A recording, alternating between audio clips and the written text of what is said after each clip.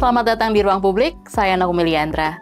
Kali ini kita akan membahas soal anggaran pendidikan di lahap MBG, apa jadinya?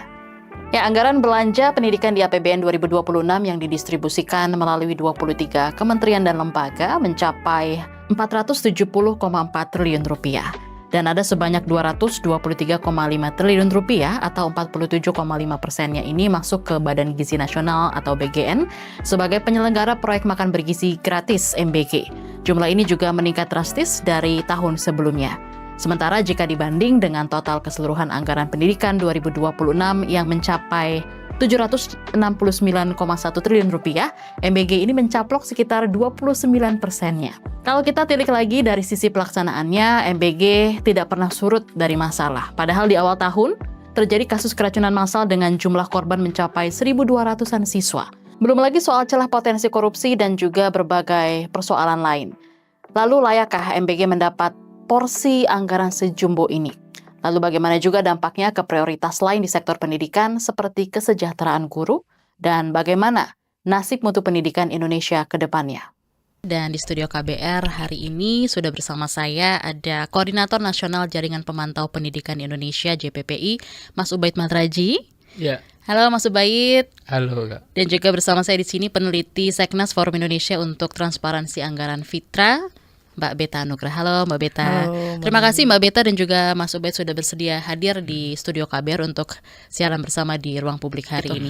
Nah Mbak Beta dari Fitra, catatannya seperti apa Mbak soal besarnya kenaikan anggaran tahun ini? Tentunya dengan challenge transparansi, kemudian juga akuntabilitasnya. Iya, jadi Mbak dari awal sebetulnya Fitra sudah menyatakan ya bahwa kami itu menolak ya adanya lembaga baru yang kita tahu semua bahwa programnya adalah program prioritas dari pemerintah saat ini gitu ya, atau dari presiden, karena otomatis konsekuensinya adalah menambah biaya operasional. Itu sudah sangat jelas, dan sebaiknya memanfaatkan program-program lain melalui lembaga-lembaga yang sudah existing gitu. Misalnya di level bawah itu kan ada Posyandu misalnya seperti itu.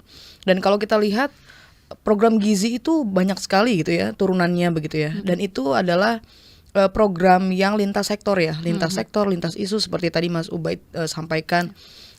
Ada hubungannya gizi dengan pendidikan, bukan hanya kesehatan begitu ya, dan juga upaya pemerintah, keseriusan pemerintah untuk mengelola atau mengoptimalkan melalui pangan lokal misalnya seperti itu, yang tidak kalah bergizi kan.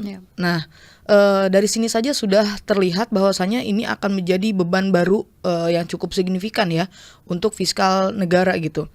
Seperti catatannya misalnya, ya kita atau negara ini perlu berhati-hati risiko fiskal jangka panjang begitu ya.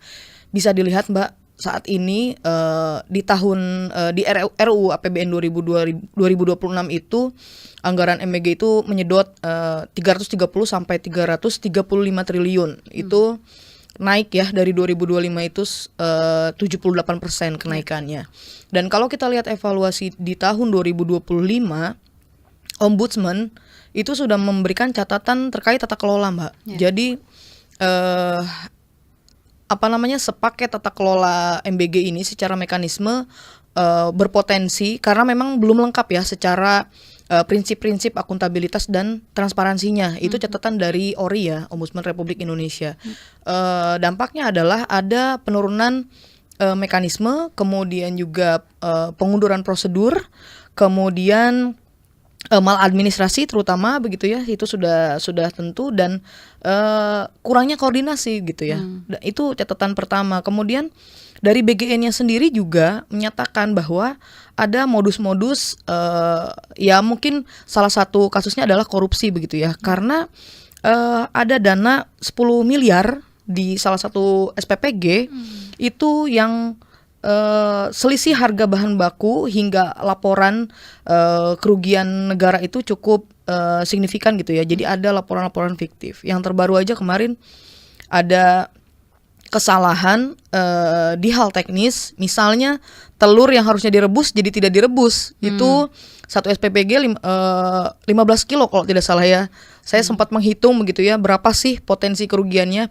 Kalau dari rupiah misalnya itu hanya berisiko 300.000 misalnya gitu ya. Tetapi kalau dikalikan sekian jadi berapa gitu. Itu kan hal-hal yang mungkin dilihatnya kecil tapi justru besar gitu ya. Anggaran MBG itu setara dengan 33% anggaran fungsi kesehatan, Mbak, yang biasanya 10%. Bisa dibayangkan ya. Dan setara dengan 85% anggaran fungsi lingkungan hidup. Yang saat ini kita lagi berperang juga nih gitu kan di sektor lingkungan hidup ya. Bencana alam dan lain sebagainya, itu kan semua tanggung jawab negara gitu. Jadi hal-hal miris lainnya ya tadi guru honorer gitu ya yang sudah puluhan tahun mengabdi. Yang terbaru lagi saya mendengar di Pati gitu ya, itu hanya 500.000 padahal mereka P3K dengan jelas, kontrak kerjanya jelas, jam kerjanya jelas, kinerjanya juga jelas. Itu menjadi dipertaruhkan gitu demi ambisi yang selalu terpampang di setiap slogan-slogan janji politik pemerintah kita. Secara anggaran nih Mbak Beta, bisa dibilang layak nggak MBG dapat porsi anggaran sebesar sejumbo itu? Sebetulnya disebut layak tidak layak itu sebenarnya hal teknis ya Mbak ya. Tetapi kita tuh harus fokus pada substansinya juga nih. Sejauh apa sih MBG ini bisa memberikan dampak pada kesejahteraan anak, kesehatan, kemudian juga lini-lini yang lain gitu ya. Kalau dibilang kan APBN kita ditekan sebisa mungkin supaya tidak defisit gitu ya, dikelola. Kemudian rasio utang terhadap PDB juga masih relatif moderat gitu ya. Kemudian pendapatan negara mungkin masih bisa ditopang lewat pajak dan PNBP, meskipun pajak juga tarik ulur ya, suka tiba-tiba naik, tiba-tiba turun gitu kan, tidak menentu. Tapi ya risiko-risiko ke depan misalnya rigiditas APBN ya, kekakuan. Jadi tidak ada fleksibilitas, fiskal negara semakin sempit untuk mengelola program-program yang sebetulnya lebih berkaitan dengan layanan dasar, dampaknya langsung terasa kepada rakyat, dan selama ini masih menjadi PR gitu loh Mbak di negara kita gitu ya. Kemudian misalnya fiskal sustainability-nya gitu ya, apakah kalau misal penerimaan negara melambat, seperti saat ini kan sebenarnya kita juga cukup merasakan ya daya beli dan lain sebagainya gitu ya. Nah, akibat ini pemerintah kemudian menghadapi dilema gitu ya. Menambah utang, memangkas belanja yang lain demi MBG, atau mengurangi kuantitas atau kualitas dari MBG sendiri. Itu harus ditentukan oleh pemerintah gitu Mbak. Itu satu konsekuensi. Dan jadinya, karena ini program prioritas, akibatnya ada policy lock-in nih, dikunci. MBG tuh nggak bisa digeser ke sini, geser di sini, apalagi dihapus misalnya gitu ya. Karena dia sudah menjadi istilahnya hal yang sudah terlalu besar gitu loh untuk gagal. Pastikan itu image-nya seperti itu ya. Nah, sebetulnya juga risiko yang paling dahsyat adalah di dalam implementasi itu banyak terjadi kebocoran. Itu ya. Jadi salah sasaran. Bagaimana kita lihat pemerintah kita melihat keracunan itu hanya sekadar angka-angka persentase gitu. Dia tidak memikirkan bahwa banyak di pedalaman sana di daerah 3T itu yang bahkan bukan hanya MBG, program-program bantuan sosial lain pun belum mendapatkan aksesnya gitu. Itu kan bisa terpikirkan ya seperti apa gitu kan dampaknya. Jadi bukan hanya soal layak tidak layak atau itu kan karena perkara teknis ya Mbak, fiskal. Tetapi substansi kembali lagi gitu. Kalau MBG diprioritaskan ke daerah-daerah 3T misalnya, daerah-daerah prioritas, kita kan punya indeks kemiskinan di Indonesia. Mana sih daerah-daerah kabupaten kota yang termiskin? Mungkin itu masih bisa diperbaiki gitu ya Mas ya. Jadi tidak usah terlalu ambisius, semua daerah harus diakomodir melalui MBG ini. Jadi bisa dibilang MBG ini program yang punya policy lock-in tadi ya, Ya nggak bisa betul. digeser sana geser sini. Tapi kalau kita tarik agak ke belakang sedikit nih Mbak Beta, ini kan satu sektor pendidikan begitu ya, belum lagi sektor lainnya. Nah ini gimana Mbak, kira-kira menurut Anda kenapa sih pemerintah itu sering banget merealokasi anggaran? Apa yang sebenarnya bisa kita lihat atau kita baca dari sini? Iya sebenarnya Mbak, kita juga bisa belajar ketika ada pandemi COVID ya. Pemerintah cukup responsif melakukan membuat keputusan refocusing misalnya seperti itu dalam kondisi yang memang sudah sangat kritis begitu ya gitu. Anggaran itu kan bukan hanya instrumen yang hanya tabel-tabel angka belaka gitu ya, tapi di balik itu semua ada wujud komitmen dari pemerintah atau dalam hal ini kepala negara gitu ya, sejauh mana anggaran ini kemudian bisa membawa pada kesejahteraan masyarakat. Misalnya kalau kita bicara MBG ya, kepada anak yang bergizi, kemudian juga bagaimana orang tua itu tidak cemas lagi memberikan makanan yang layak gitu ya. Itu kan harapan-harapannya gitu ya. Dan yang diharapkan dari rakyat sendiri apa sih gitu? Sebetulnya simpel. Bagaimana pajak yang kita bayarkan itu bisa kembali kepada kita, dinikmati oleh kita secara adil dan merata. Gitu ya. Kenapa pemerintah kemudian mudah? Sebetulnya anggaran itu kan diketuk, dibahas, itu kan bukan hanya di level eksekutif ya, tapi juga oleh legislatif gitu ya, oleh DPR. Nah di sini pentingnya memang proses yang tidak terburu-buru gitu ya Mbak gitu. Kita bisa buat apa sih ada APBN tahun 2025, 2024 atau 3 tahun ke belakang gitu ya. Oke lah dibilang saat ini kita sedang dalam tahapan menaiki tangga nih gitu ya, memperbaiki ekonomi dan lain sebagainya gitu di negara kita ini. Tetapi kenyataannya toh tidak demikian gitu. Pemerintah dengan ambisiusnya gitu meletakkan sebuah program yang sebetulnya ini juga yang menjadi sorotan kami ya Mbak di Fitra gitu. Kenapa pemerintah itu tidak mengindahkan riset-riset gitu ya yang membahas tentang bukan MBG saja ya, tapi program bergizi itu seperti apa sih gitu. Kalau pemerintah kita membandingkan dengan negara-negara lain, jangan lihat outputnya gitu. Ya seperti MBG ini, MBG itu kan boleh kita bilang hanya melihat output, dalam hal ini misalnya porsi ya, porsi gitu. Tapi bagaimana perkara distribusinya, bagaimana aspirasi baik itu dari researcher, ya di Indonesia banyak banget kan profesor gitu. Profesor, doktor, para cendekiawan, akademisi. Itu seperti tidak diindahkan gitu loh. Bahwa kurang apa lagi riset-riset itu membuktikan bahwa program itu yang pertama harus efektif gitu. Dan kita jangan sampai ujung-ujungnya karena ambisi yang melihat anggarannya besar, output jumlah porsi berapa, angka sekolah yang dijangkau dan lain sebagainya. Misalnya UMKM kan yang sekarang digadang-gadangkan itu ya, UMKM lokal terangkat, kemudian lapangan kerja naik gitu. Kita perlu lihat lagi UMKM ini juga dalam perangkap nih di MBG ini gitu loh. Ketika MBG selesai, apakah UMKM kemudian sustainable? Enggak. Malah justru ini karena saya pelaku UMKM juga Mbak. Jadi malah jadi seperti diperangkap. Dia tidak akan memiliki keleluasaan inovasi dalam hal bisnisnya gitu loh UMKM itu ya.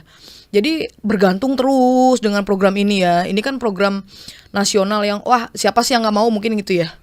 Nah kembali lagi gitu, anggaran itu adalah wujud dari komitmen pemerintah, bukan melihat melihat ke depan. Sangat-sangat boleh gitu ya, kita punya ambisi generasi emas gitu ya 2045, tetapi problem-problem di tapak yang terkait dengan layanan dasar itu masih menjadi masalah yang cukup banyak sekali gitu ya, dan lintas isu. Guru honorer tadi sudah disebut, juga infrastruktur pendidikan, kemudian kemerataan jumlah guru di daerah-daerah terpencil. Jangan jauh-jauh ke daerah timur ya Mbak, tapi di dekat Jakarta misalnya di Banten, bagaimana ketimpangan itu masih nyata loh di depan mata gitu ya. Di Tangerang yang berdekatan dengan proyek strategi nasional, itu juga kan perlu perhatian yang lebih concern. Salah satunya ya dari komitmen anggaran. Dan kita nggak cuma bicara APBN, APBD juga bertanggung jawab gitu. Tetapi dengan saat ini ada kebijakan efisiensi yang sebetulnya ketika dilihat, ini ternyata diserap untuk ujung-ujungnya ke program-program salah satunya MBG gitu kan. Ya kepala daerah itu membuat kondisi ini menjadi alasan gitu loh. Menjadi alasan, daerah nggak punya anggaran yang cukup untuk menggaji P3K yang sudah bertahun-tahun itu. Akhirnya ya udah dengan anggaran yang ada juga apalagi di negara ini kan kita ketergantungan daerah terhadap transfer dari pusat, Mbak, yang sekarang lagi rame gitu kan, kemarin rame. Itu kan sangat tinggi, Mbak. Jadi banyak daerah-daerah yang kapasitas fiskalnya tuh di bawah rendah ya. Jadi kan ada tinggi, sangat tinggi, tinggi, sedang, rendah. Itu sedang rendah itu mendominasi gitu ya. Ketimbang kapasitas fiskal yang sedang sampai ke tinggi. Itu Mbak mungkin. Balik lagi nih soal pemerintah kan bilang katanya MBG ini bisa memenuhi gizi anak bahkan ibu hamil gitu ya. Padahal kan juga banyak kementerian lembaga terkait juga yang tugasnya menangani soal gizi gitu ya, khususnya pengentasan stunting juga. Mbak Beta gimana Mbak, Anda melihat resiko tumpang tindih tugas ini? Iya Mbak, ini yang dari awal sudah kami sudah menjadi tanda tanya ya di Fitra sendiri, karena sebetulnya kan upaya penurunan stunting itu tidak dari ruang yang kosong, Mbak.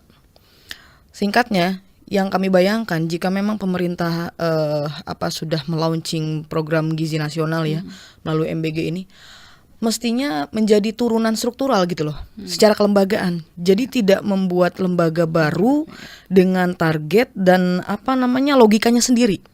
Si BGN ini gitu ya. Mestinya menjadi satu unit khusus di dalam, kita kan punya lembaga tim percepatan penurunan stunting di bawah Wapres gitu ya, di bawah Wapres. Nah itu jelas yang sudah berjalan bertahun-tahun. Karena apa? Karena targetnya pun mirip. Yang satu mungkin yang berbeda itu adalah makanan siap santap. Ada susu gitu ya. Waktu itu Fitra tahun lalu kami turun ke lapangan, ada ke beberapa kabupaten kota di Indonesia Timur gitu. Itu menunjukkan bahwa program stunting saja masih menghadapi banyak sekali problem.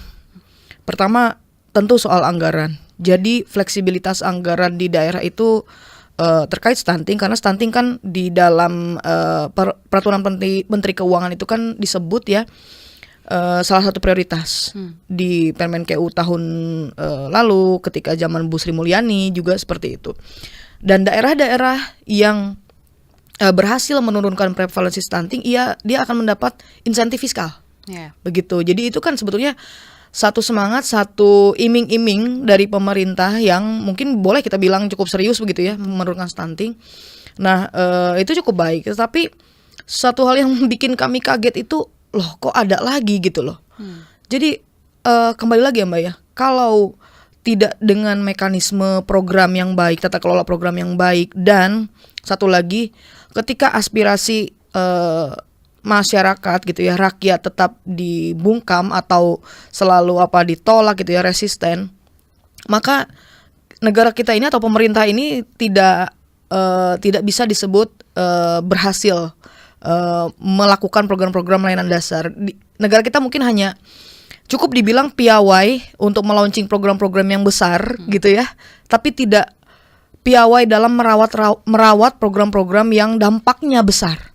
Jadi bukan programnya yang besar, menelan atau menggerus anggaran yang cukup besar. Saat ini 44% ya, 2026 ini bisa dibayangkan ya, 44% menggerus anggaran pendidikan gitu ya, MBG. Jadi dampak-dampak yang besar dari stunting saja belum terlihat gitu.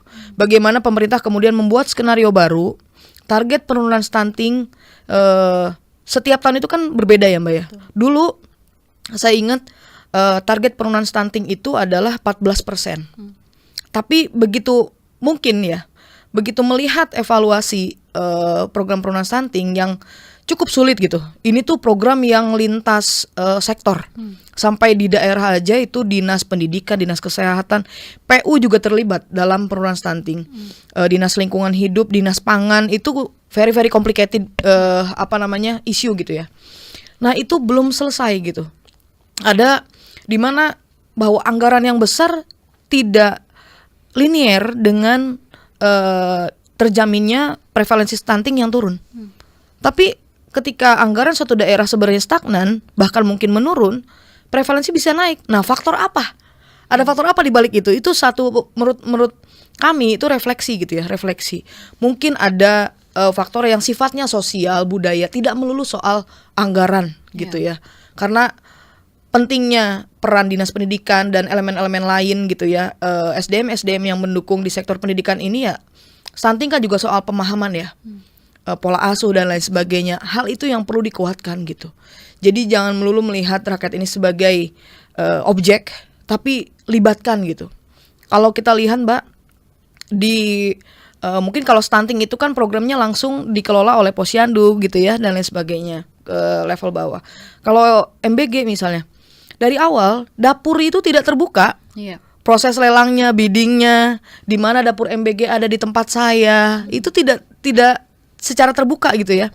Jadi ya muncul kecurigaan-kecurigaan gitu dari masyarakat gitu, yang saat ini juga sebenarnya sudah di launching ya Mas ya. Ternyata ada sekian ratus dikelola oleh pihak A, pihak B, pihak C gitu ya, yang tentunya ya dekat dengan penguasa gitu ya. Jadi hal-hal itu yang menjadi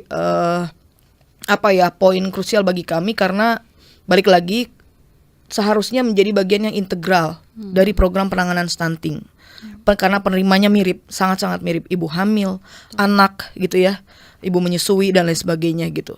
Ya, Mbak Beta, dari Fitra rekomendasinya seperti apa nih? Dan juga masukan ya dari Fitra untuk pemerintah tentunya terkait alokasi anggaran di program MBG ini.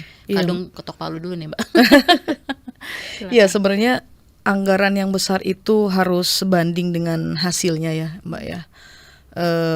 Jangan sampai justru mengorbankan sektor yang mendasar. Selain itu juga perlu mendorong pangan lokal ya, supaya terjadi multiplier effect gitu di level grassroots gitu ya, di masyarakat. Kemudian ya transparansi anggaran yang real time itu menurut kami satu solusi yang menarik gitu ya dan penting gitu, di mana masyarakat bisa dengan leluasa mengecek seperti apa sih serapan anggaran MBG nih di periode sekarang masih Januari gitu ya 2026. Ya karena kalau dilihat trafiknya itu dari tahun kemarin itu kan ini hal yang klise sebetulnya ya, di serapan anggaran Indonesia itu dari awal tahun tuh melambat gitu loh Mbak. Nah nanti di akhir tahun tuh begini grafiknya ke atas gitu ya. Itu kan jadi seolah-olah sangat dipaksakan. Wah ini baru terserap 48% gitu ya. Di bulan Oktober juga seperti itu ya. Belum, tidak lebih, kalau tidak salah tidak lebih dari 60% gitu serapannya. Ya jadi langsung di gaspol gitu ya. Akhir tahun harus terserap 100%. Bukan hanya, lagi-lagi bukan hanya persoalan angka, bukan anggaran yang besar, duit yang besar, tetapi tanggung jawab moral dari pemerintah itu tuh yang harus dijamin gitu ya. Kita kan misalnya saja wilayah-wilayah MBG itu sangat-sangat mirip dengan wilayah-wilayah jangkauannya dari program stunting. Lah mau apa gitu loh? Bukannya memperbesar dampak, tapi itu terus malah menumpuk gitu loh. Yang berat adalah orang-orang yang di bawah. Gitu, saya sering sekali gitu kan menemukan, ngobrol dengan pegawai-pegawai teknisnya gitu. Mereka terbebani soal administrasi sudah pasti gitu. Belum lagi kerja-kerja yang harus, bagaimana nih? Ada dorongan anggaran harus terserap nih gitu ya. Nanti pelaporannya buruk, nanti Kemendagri kemudian memberikan sanksi kepada daerah yang laporan anggarannya tidak baik gitu kan. Jadi segala cara akhirnya digunakan gitu loh Mbak. Itu soal perlunya transparansi real time tadi, supaya ya masyarakat itu terlibat aktif gitu dan merasa memiliki Mbak, gitu loh. Jadi itu satu hal yang menurut kami, rasa kepemilikan itu perlu hadir ya di seluruh masyarakat Indonesia, bahwa ini loh program yang keren dari negara saya gitu.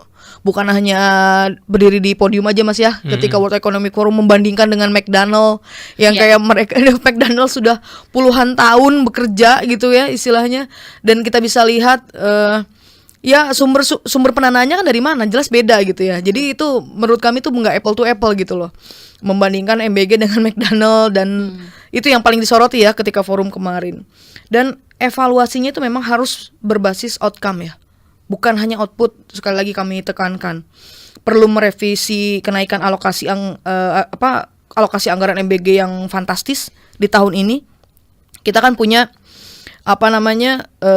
skema dalam setahun itu kan ada anggaran murni perubahan realisasi, meskipun di kabinet yang lalu itu pernah terjadi anggaran itu tidak ada perubahan. Tetapi hal yang sangat mungkin anggaran itu sebetulnya bisa dibilang ya fleksibilitasnya juga sebetulnya harusnya tinggi gitu. Jadi hal-hal mana yang jadi prioritas, dan kembali lagi kepala daerah gitu tidak perlu takut gitu loh untuk menyampaikan kebenaran apa sih yang terjadi di daerahnya. Itu masukan-masukan evaluasi yang sangat penting loh ketika sudah sampai di dokumen nasional gitu ya. Dan pengawas eksternal, nah ini yang juga kadang-kadang sangat sulit gitu loh ya. Kita membangun misalnya koalisi masyarakat sipil membangun sebagai pengawas eksternal, tetapi sejauh mana kita nggak butuh pengakuan, tetapi diberikan ruang gitu, diberikan ruang untuk sama-sama mendiskusikan, sama-sama memberikan arahan kebijakan yang lebih baik gitu kepada pemerintah. Karena juga jangan sampai ada lagi gitu kasus-kasus keracunan lah, bukan hanya keracunan ya di MBG ini, tapi hal-hal teknis yang tanda kutip konyol gitu terjadi. Misalnya yang driver MBG tiba-tiba menabrak anak, itu kan konyol sekali gitu.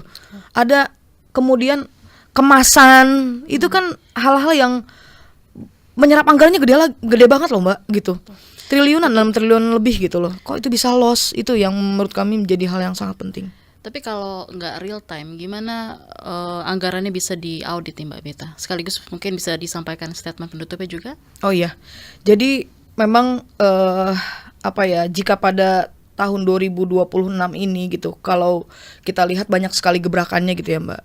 Kembali lagi anggaran itu bukan hanya perkara angka, tetapi perlu ada jaminan seorang anak tidak kekurangan gizi, mendapatkan makanan yang layak gitu ya. Harapan kita semua juga ibu atau orang tua di Indonesia itu tidak khawatir lagi tentang ekonomi keluarganya untuk menyediakan bukan hanya makanan tapi mendapatkan fasilitas pendidikan yang layak. Dan juga tentu saja benar-benar setiap program itu bisa menutup celah layanan yang mungkin selama ini terabaikan. Itu yang menjadi titik poin kami. Ukuran keberhasilan itu pada akhirnya kan bukan seberapa besar anggaran ini dibelanjakan ya, tetapi seberapa besar program ini yang selalu disebut dalam pidato-pidato gitu ya, itu bisa betul-betul kembali kepada rakyat dalam bentuk layanan yang adil dan merata gitu ya. Kemudian kalau pada tahun 2026 ini MBG oleh banyak pihak dinilai tidak relevan, tidak terlalu dipaksakan, terlalu banyak memunculkan masalah baru, bukannya menyelesaikan masalah yang sudah ada gitu ya. Maka sebetulnya presiden dan wakil presiden itu harus berani menghentikan program MBG ini seperti itu dan mengalihkan pada program yang benar-benar lebih strategis gitu. Kalau kita masih punya ambisi generasi emas 2045 ya gitu ya, skema program yang jangka panjang pun untuk para pegawai SPPG ini yang saat ini jadi problem, itu harus dievaluasi secara ketat, harus performance based, kemudian dijadikan talent pool nasional ya, dikelola secara terpusat, ditugaskan lintas program, karena jelas berbeda. SPPG dengan pegawai P3K jelas berbeda gitu ya. Ada kompetensi, ada seleksi gitu ya, ada jam kerja yang tepat. SPPG ini kan fleksibel. Lintas isu, lintas wilayah, lintas program gitu ya. Bagaimana mungkin program yang mungkin belum bisa dipastikan ini apakah akan berjangka panjang atau tidak, sekonyong-konyong langsung diangkat menjadi pegawai P3K yang secara kontrak nasionalnya tinggi. Dan ini berakibat ini akan berakibat pada liabilitas fiskal secara implisit. Negara jadinya berhutang dong kepada pegawai P3K ini ya, di mana ada tunjangan meskipun berbeda dengan PNS. Tetapi itu menjadi beban negara yang baru gitu, Mbak. Ya, semoga siaran kita hari ini didengar dan bermanfaat untuk kita semua. Saya Nomi Liandra pamit dari Ruang Publik. Sampai jumpa.